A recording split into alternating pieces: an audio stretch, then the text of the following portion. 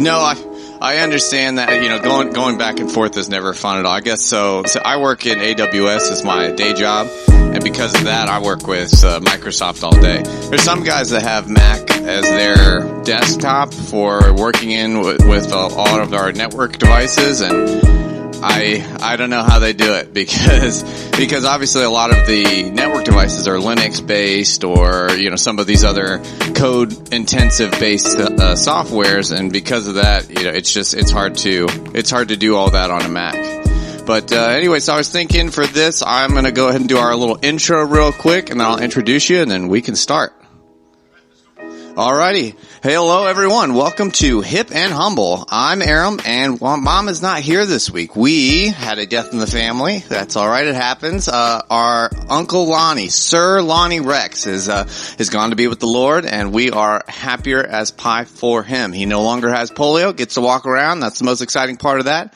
And we have a very exciting show for you today. But before we get to that, we are supported by Hip and Humble Antiques, LLC. We've got 2 locations. One just outside of Oklahoma City in Bethany, Oklahoma at the Rink Gallery. And another one in downtown Fredericksburg, Virginia at Oldies but Goodies. For those of you who are not local, we also have an online store on Etsy. That's Hip and Humble Antiques on Etsy. Also, we are supported by the WGSN-DB Going Solo Network. It is a national online radio network, and it airs twice a week, so check it out. So, I told you we have a special episode today, and I promise we do. We are introducing Dr. Rick Chromey, and hold on just a second so I can record him and get his video.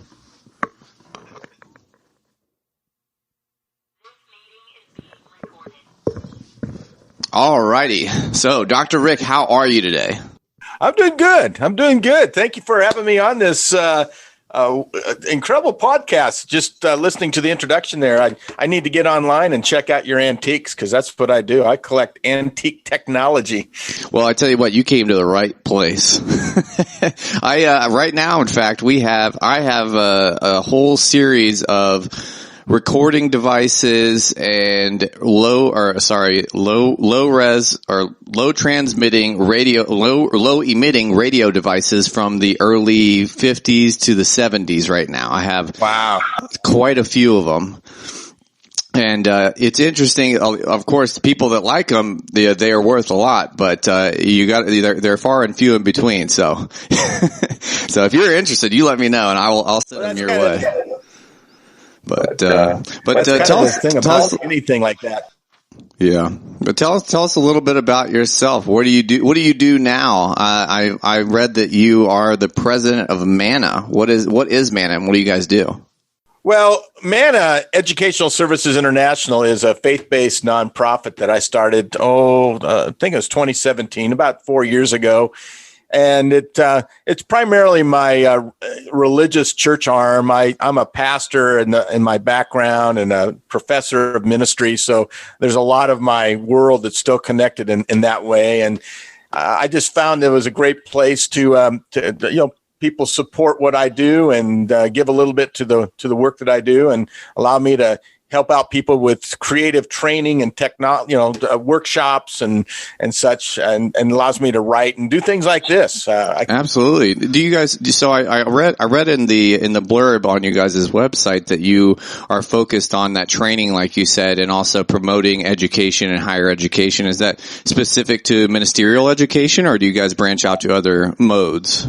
Well, MANA is, like I said, faith-based. So primarily it works with Christian schools and, Christian organizations and really any religious organization of any type.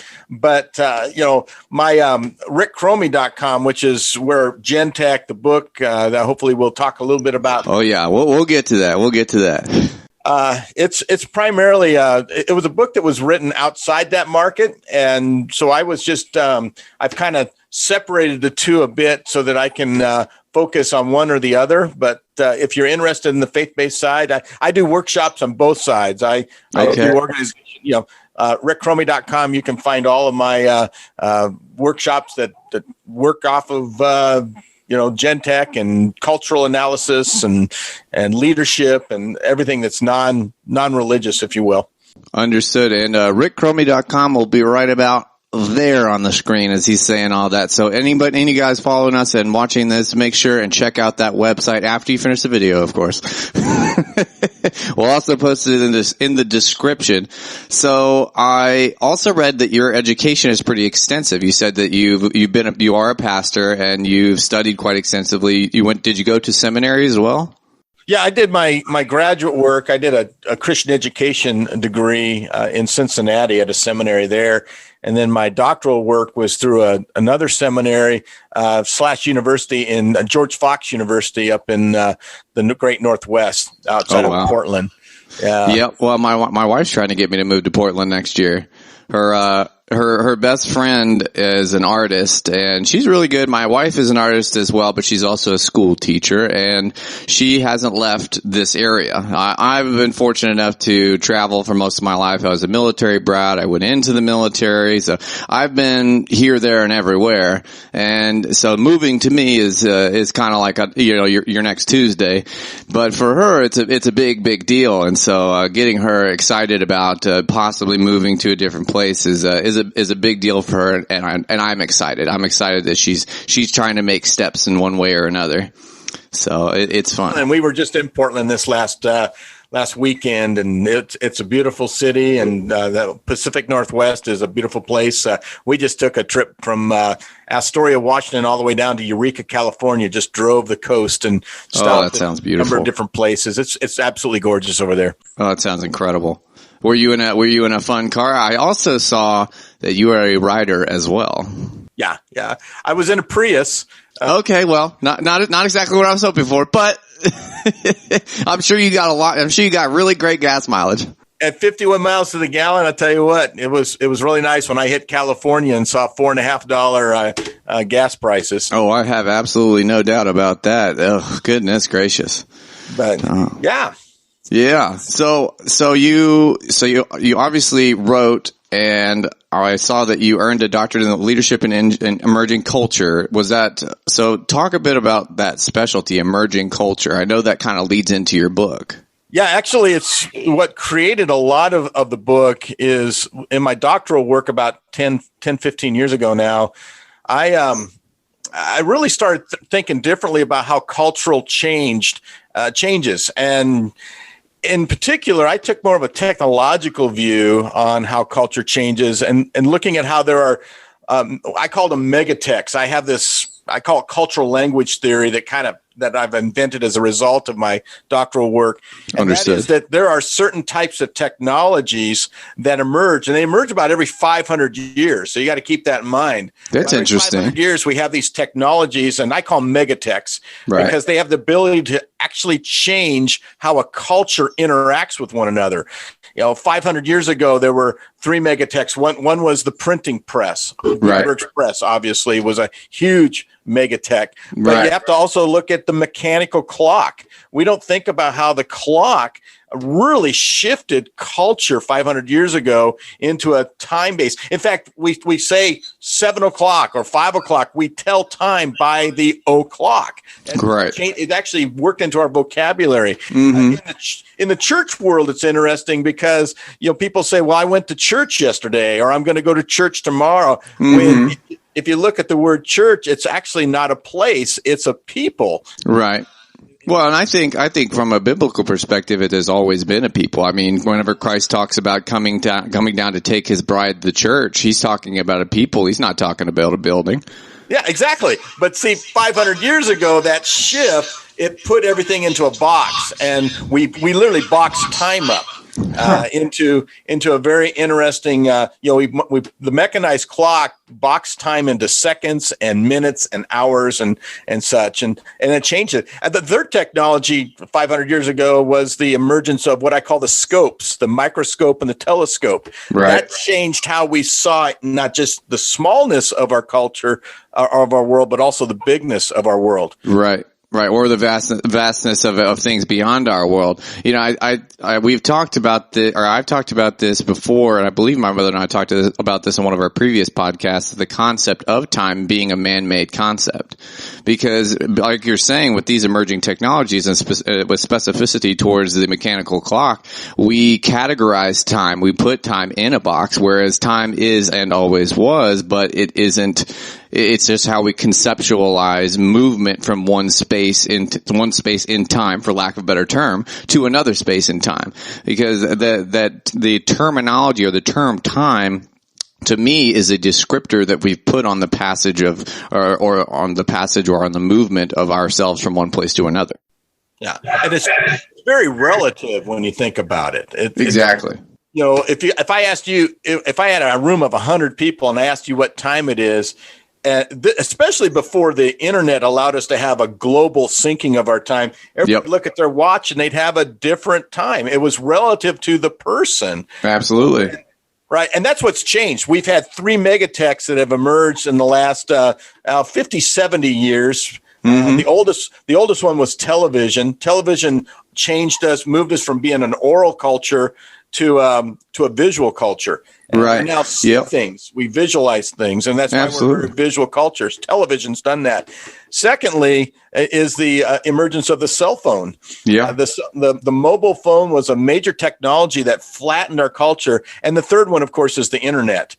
Those 3 technologies, and if you think about them, all 3 of those technologies are merging into one device. The smartphone takes all of those and put them into one device. Well, absolutely. I mean, you see different pictures of, like I saw a meme the other day, and it had, you know, a computer, a GPS, a camera, a video camera, and just a calculator, and all these other different pieces of technology in one side of the picture, and in the other, it said, you know, within 30 years, we went from all of this being completely separate large devices being one device that's handheld by every single person. And, you know, most people, they are unaware of that or a lot of people, especially the younger generations, my generations and the generations after me, are unaware of that transition because it was such a seamless transition. It didn't gain a lot of traction. Like there wasn't a lot of, it flowed into itself, for lack of a better explanation. Right. And technology will do that naturally. For sure. It should have, as it evolves, technology has a flow to it that's nice. But it's not always as smooth as we would like. I mean, that's true. You know, that's very true. You think about how technology, you look at older generations. To me, I'm an observer. I think it's interesting. A few years ago, we landed on a plane landed, and you know they gave the announcement you can now turn on your cell phones, and everybody did. But you could tell the difference between the older generation and the younger generation, because at that point we all started to communicate on those phones. But the older generation, you know, typed out their phone and, you know, made a phone call, and you would listen in on their conversation as they told their loved one, "I'm here." Yeah. Whereas, you know, the younger generations basically sent a text. And I thought that was interesting. I also thought it was interesting that it used to be when you landed, the first thing you did was you headed for this strange device that was on a wall somewhere inside the terminal. Terminal is a terrible word for an airplane, you know, where we land airplanes. I don't know why we call them terminal. It sounds such an end. Well, I mean, it is. Whenever you refer to someone who is being terminal in health, they're terminally ill. It means they're going to die of that disease. Well, and speaking about the differences of generations, whenever you're talking about like how different generations communicate with the technology that they have, obviously we talk about that a lot on this podcast, is the differences in generations from one to another. And it's interesting because we've asked people, there's an interesting tell that you can give, or that people have to distinguish them from one generation to another. So most people, I would say my mother's generation, the generation after her, and my generation, you ask them, okay, would you mind taking a picture? And they say, okay, you know, and they do this. But if you ask someone younger than my generation, would you mind taking a picture? They go like this. Because they don't understand the concept, or they have never had to use a physical camera. They've always used cell phones. Right. Yeah. Yeah. Technology is ever changing. In fact, in the book, one of the things I point out is how, and the reason I started in 1900 with the generations, the American generations, was because there's been more technological change in the last 120 years since 1900 than in the entire history of the world. Yeah, absolutely. I was going to ask you about that specifically. I know you talked about every 500 years there being I forget the term you used. What was it? Just a shift. Yes, but every 500 years, a specific technology that changes culture, that changes everything in culture, all the way from the language to the actions and the attitudes. And your book seems to be about that connection between technological innovation and different generations' reactions to that. Do you make that connection, or how do you explain? Does your book explain that? Well, hopefully, I think it explains it to a certain extent. I'm really starting. The first part of the book is about just breaking down the bad labeling that we've had on generations. I mean, everything from baby boomer to millennial to Gen X to Gen Z. I mean, and this alphabet naming, the new generation they're calling Gen Alpha. Right. It's like, oh, come on, can we get away from the alphabet here? And I'm excited about my book. Everybody wants to write something that might have a little bit of cultural traction where we think differently about something. Mm-hmm. But when I set out to write GenTech, I really felt like this could be that type of a book that really causes us to rethink the labels, because I don't see us being so cut and dried inside a box that just linear moves along generation after generation after generation. If you read GenTech, you're going to find that generations actually overlap. Absolutely. About every 10 years, we have a new generation emerging, but the generation lasts for 20 years. Right. So you have and these technological generations are generations that emerge under a certain technology. There are tipping points. Every technology has a tipping point, or they don't. Right. Betamax was supposed to be the way to videotape your television shows back in the 70s, but it never found a tipping point in culture. VHS got the tipping point. Right. And that rest is history, even though Betamax was a superior way of doing videotaping. That's the thing. Tipping points. What is the technology that was tipping? So in 1900, if you were born in 1900 to 1920, that first 20-year period of the early 20th century, you were emerging during what I call the TNT period of time, transportation and telephone. The telephone was now starting to be common. It was common enough where you could actually engage with it and interact with it. Right. Transportation, automobile, airplane, motorcycle, all of those were emerging in the early 1900s. But you get to 1910, a new technology also starts to sprout, and that's motion pictures. Right. Motion pictures just kind of exploded on the scene. And what's interesting is when I kind of carved these out, just since 1900, it was amazing to see it takes a technology like that about maybe 10, 15, maybe 20 years. But once it hits, it just explodes. And we as people, we are growing up. And I've always say that our coming of age years, and so developmental to this book as well, the book, when we come of age between the ages of 10 and 25, that technology that is blowing up is going to be our comfort technology. It's going to define us. Well, absolutely. Some of the things that my mother and I talk about when we talk about generational differences is how we interact with our environments around us. We talked last about the souvenirs, antique souvenirs, and why they've been around, and the different types of souvenirs that have been cultivated and flooded into gift shops all throughout the world. And we talked about what souvenir do you pick versus what souvenir does another person pick, and a lot of that has to do with what is valuable to you or what is comfortable to you. And I think that it's interesting that you point to that specifically from a technological perspective, because it does make sense that, every generation says, oh, well, my generation, did it best, or they went through the most, or, every generation has qualms about the generations after and before them because they are comforted by the things that they grew up experiencing, for lack of a better terminology. Because I think the biggest difference for me whenever I look at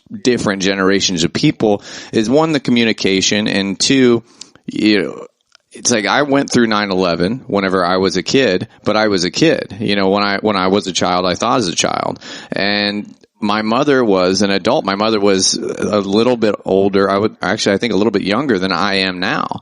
And I think back, and if I had the mindset and the experiences that I have currently, and then experienced that event at that time, it would have a completely different effect on me. And so every generation has specific ties to events based on the age they were that those events happened. And I think that, technologically speaking, whenever the technology evolves from one generation to another, the tendency is for those that experienced it at a time that was formative for them to latch onto those things. Right. Well, so is actually a good test case for all this, because that moment in time, and I was actually teaching. I was at a school in St. Louis when September 11th happened, and as a professor, I remember that morning, and it was interesting. I'm 58 years old right now. I'm part of the upper end of what we would call Gen X classically. Yeah. In my book, I call I'm part of the space generation and the gamer generation. Yep. Yeah. My dad and my mom are both with you. So, but it was interesting as a professor that day that when it happened, everybody, the older professors, the boomer professors, you might say, they gravitated towards the technology that would give them the information, and that was television. Right. Part of a television technology. I, on the other hand, went to other ways. I went to the internet, for example. Right. Well, so on one of our previous episodes, we talk about the evolution of radio and the invention of radio, and how radio, before it started, the usage of the type of audio waves or frequencies had already been discovered, but the people that discovered those frequencies didn't see any use for them until the gentleman that invented the phonograph came around. And he said, "Oh, hey, if I emit these frequencies, then you can hear it a block away. So I'm going to keep doing that. You could set up different stations, so on and so forth." And in doing that, he changed the world culturally. You have the golden age of radio following that. You have how everyone and their dog got the information. They listened to the game. They sat in a living room and read and listened to the radio together. And the transition away from, like you said earlier, you had mentioned earlier, the oral to a visual society, that shift was almost overnight. Yeah. Well, the radio generation is 1920 to 1940. So the very first radio station was actually KDKA over there in Pittsburgh, Pennsylvania, or Pennsylvania area. And KDKA, I think, is actual call numbers. But KDKA, yeah, I think so. It was it was 10 years later. It was interesting. It was a President Roosevelt, that really made the radio spark from a cultural perspective, because he was the first president to actually communicate directly to the people into their homes. I mean, wow. They had to go to a train stop to listen to a president if they were lucky to have him come through town, or they had to read about what he had to say in the newspapers. But bring him right into the home. And what the radio did was it decentralized communication. It it into every home, everywhere. You could listen to a ball game. You could go to church. You could listen to the news. Everything was brought in. It was still highly controlled, though, when you think about it. It was still under the control of whoever was doing the broadcasting. Right. That's what's changed with the internet. The internet has totally flattened that model. Even television has had a struggle because when you think about the big three, ABC, NBC, CBS, and PBS, you want to throw them in there, Sure. For television, with cable came along and just blew it up. Right. A whole generation called the cable television generation, born between 1960 and 1980. They came of age in that cable world, but the internet flatten that whole thing out even more. Yeah. Well, I mean, the internet created an entirely different culture. And it's interesting that you mentioned the transition or the transition of communication when how prolific an event it was for everyone to finally hear the president and that communication being decentralized. And I think that is a key indicator of a separation from one culture to another, is just the expanse of communication or the evolution of communication in that way. And on that same note, whenever we did move away from radio into television, whenever we stopped being an oral tradition and went to a visual culture, the first time that they saw a presidential debate, Richard Nixon and I forget who was running against, and Kennedy, they went on and they had the presidential debate on television. That was one of the first televised presidential debates. And Nixon wore a pinstripe suit. And at the time, the pinstripe suit, because the cameras that they had at the time made that suit look very shady. And so the entire time he was on television, he looked like a villain. And a lot of people attribute that to one of the reasons that that his points during that presidential debate were so negatively reviewed. You talked also, or you alluded a little bit earlier to a lot of the misnomers for the current generations. What do you think defines a generation, and has media or that communication distorted those? Say that one more time. I missed your question. So you alluded to the misnomers for current generations. So what do you think actually defines generations? And do you think that media has distorted those definitions? Yeah, actually, more than just media, I think marketing has been a bigger problem because there's money connected to naming generations. Gen Z, for example, was named in 1997, 96, maybe, but what's interesting is that when that generation was named, they were still in diapers. Oh, wow. It's a lot different. The baby boom generation was the first named generation. Most people don't, we had references in previous literature. I mean, if you go back and look at the you see references to generations, I'm thinking of the, late 1800s, the Civil War generation. I mean, you've always got those type of tags in some of the literature, but a guy by the name of Landon Jones named the baby boomers in 1980. And that's crazy. The frames from 1946 to 64, the classic boomer frame.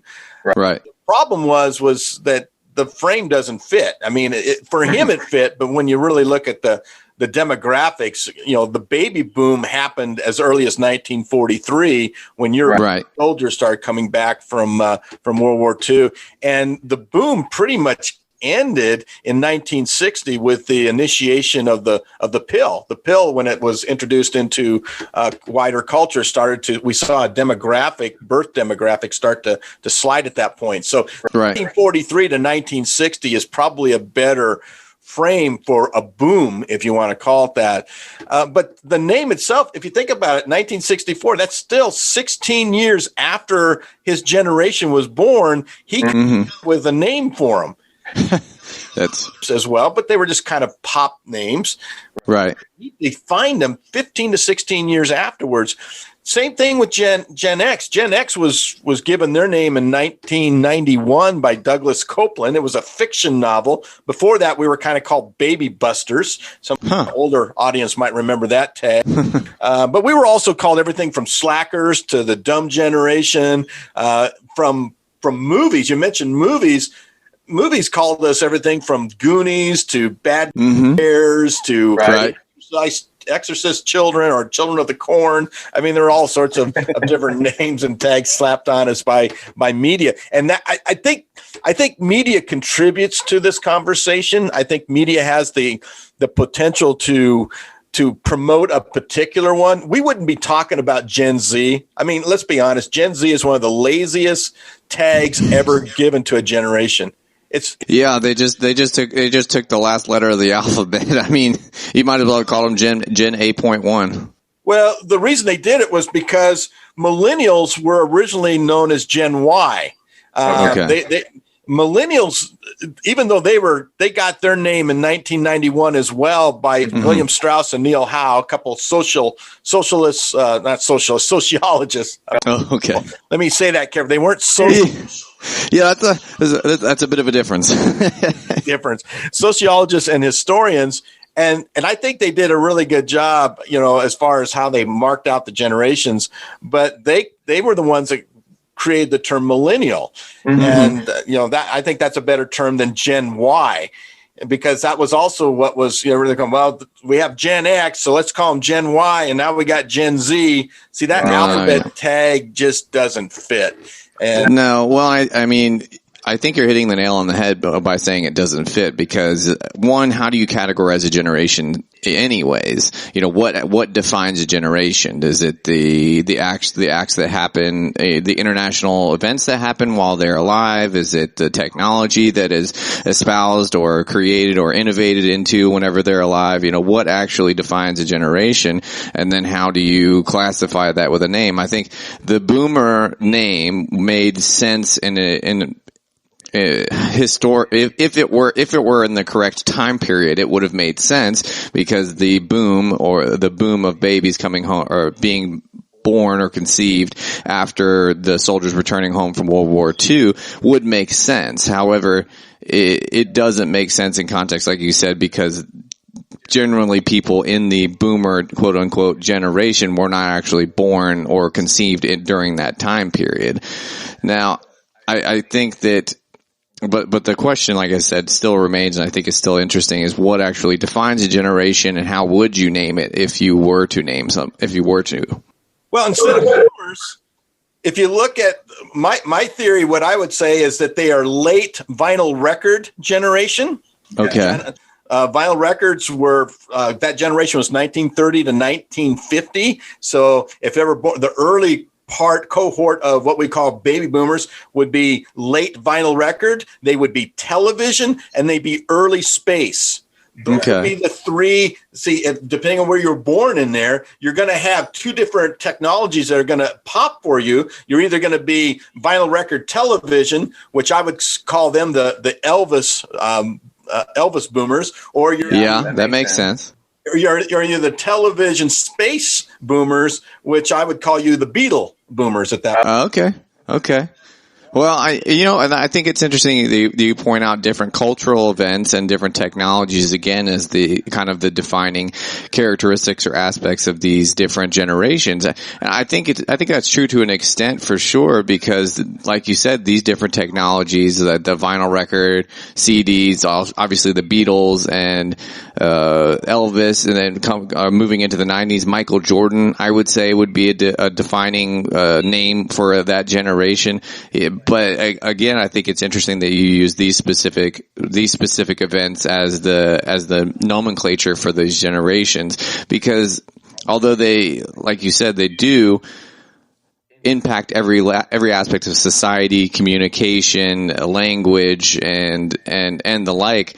There obviously were so many other things and so much more that each of those generations experienced and did. So I don't know. It's interesting to me to pick a certain characteristic to define a generation. And so based on your writings, I would consider you a historian of sorts, on top of your very impressive resume or educational resume. And I read a few years ago a book by Dr. Tara Westover called Educated.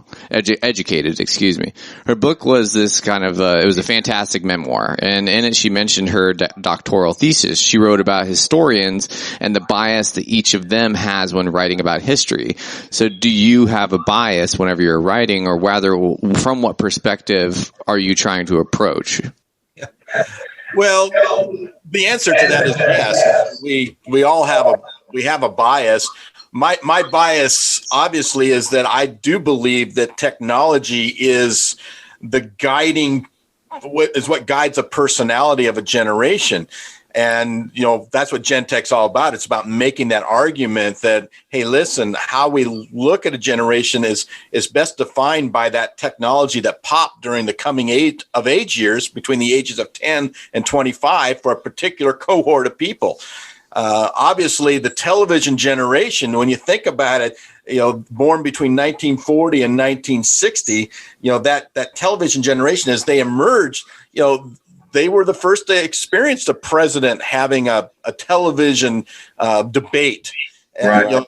They were the first to see man walking on the moon. Yeah. First to see the Vietnam War. Their war was basically played out on television. In fact, television was one of the reasons why the resistance against the war really turned in the late 60s. Nixon recognized that that was going on. In fact, LBJ, one of the things that happened was the great newsman, I got Howard K.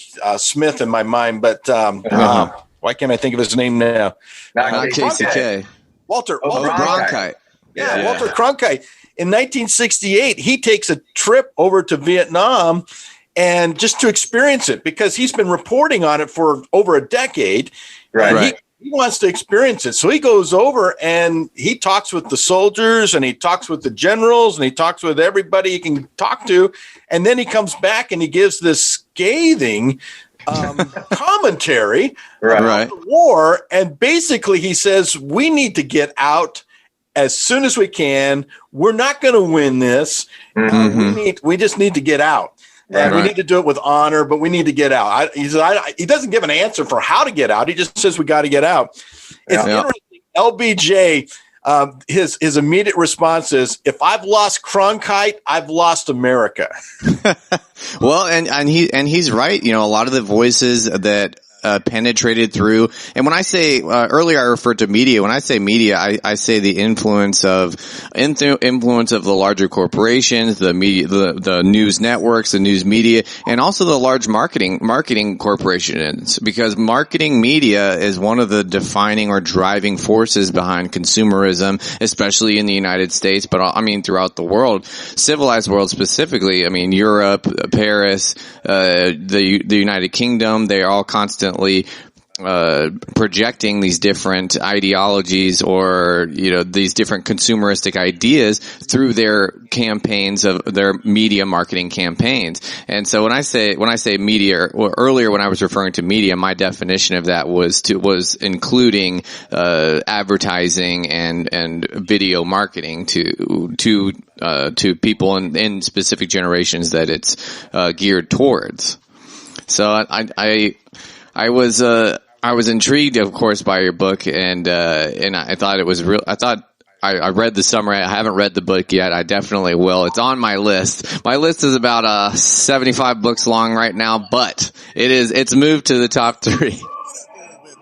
I've moved it up. I've definitely moved it up. So, but what kind of ideas are you trying to spread with your book? I know you've alluded to the fact that you want people to get away from the misnomers, if you will, of current generations. But what is it that you're trying to project? Well, how about a more gentler, softer, kinder conversation about generations for starters? Oh, I like that. That's well said.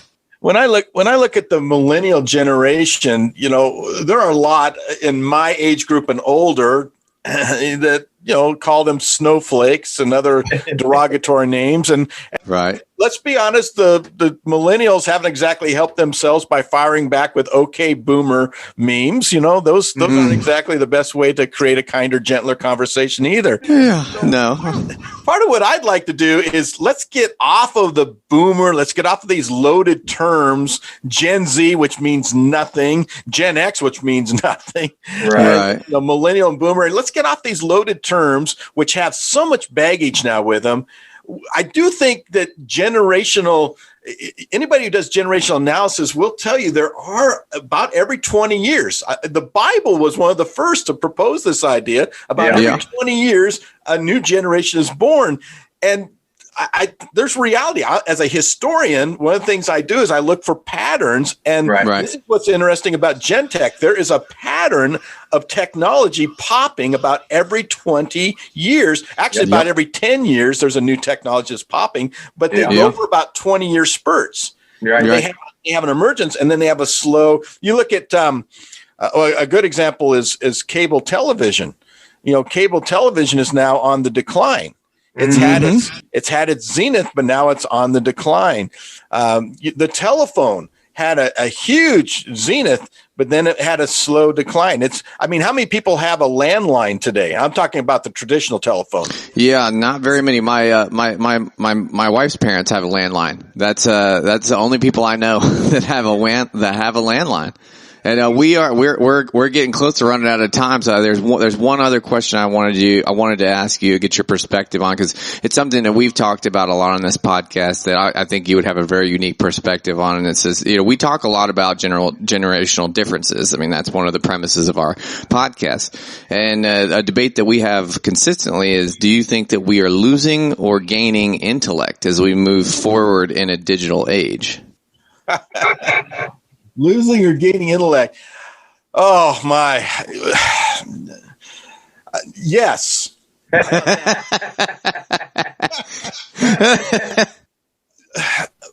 Here's the problem that we have. We've gotten ourselves into narratives now that we literally, if you're not a Republican or a Democrat, if you're not red or blue, if you're not conservative there used to be a big middle. You can have blendings and stuff. And again, I think most of us still are that way.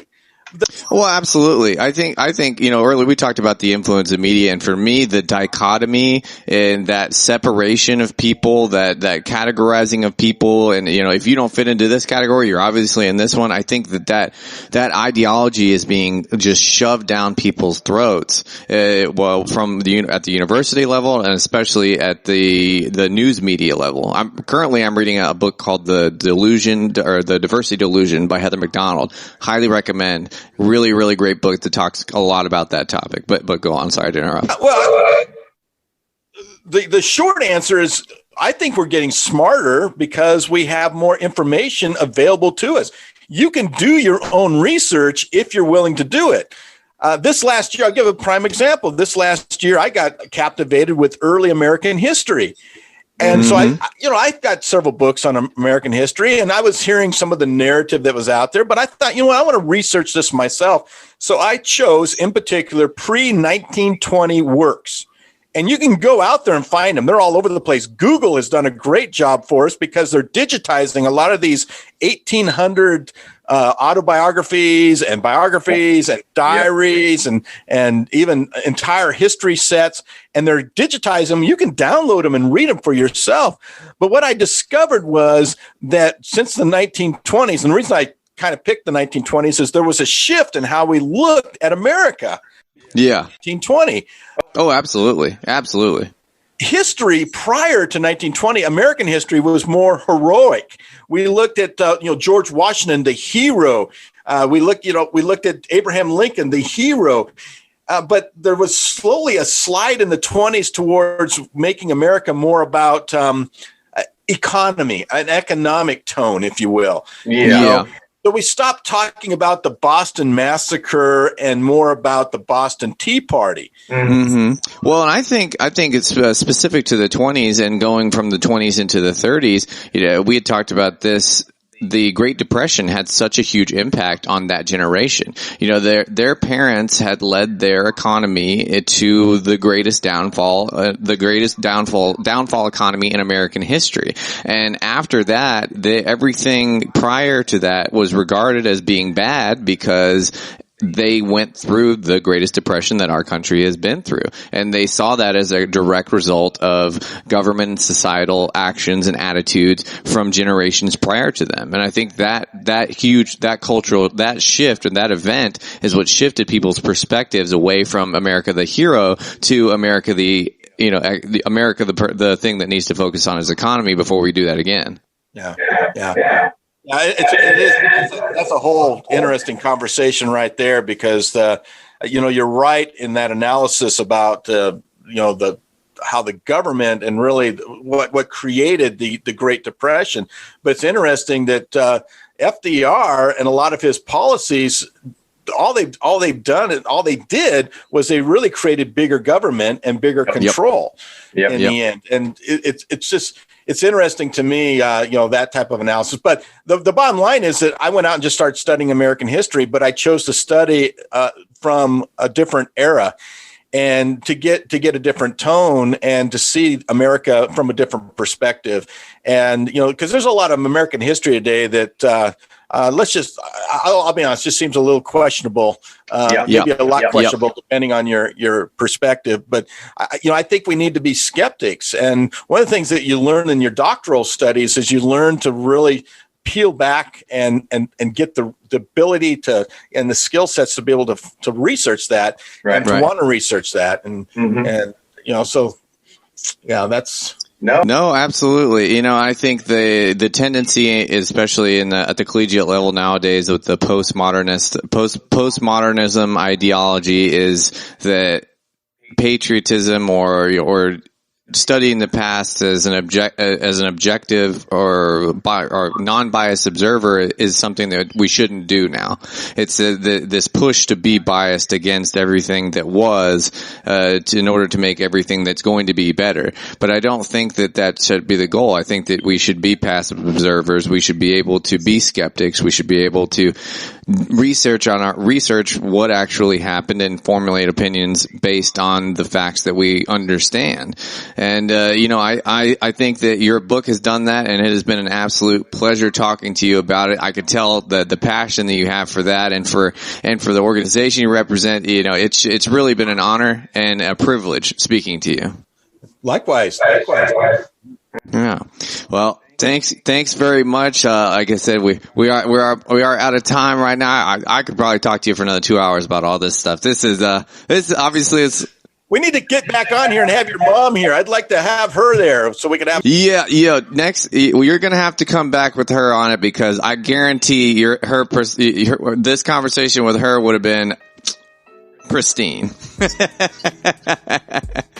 But. Oh my goodness. But again, thank you so much. And thank you all of you for tuning in and watching us. And guys, go buy Dr. Rick Chromey's book, read it. It is going to be amazing. And, obviously he knows what he's talking about. So let's do it. Thank you very much for being on this. And, before I say anything ridiculous, stay hip and humble. All right. Bye.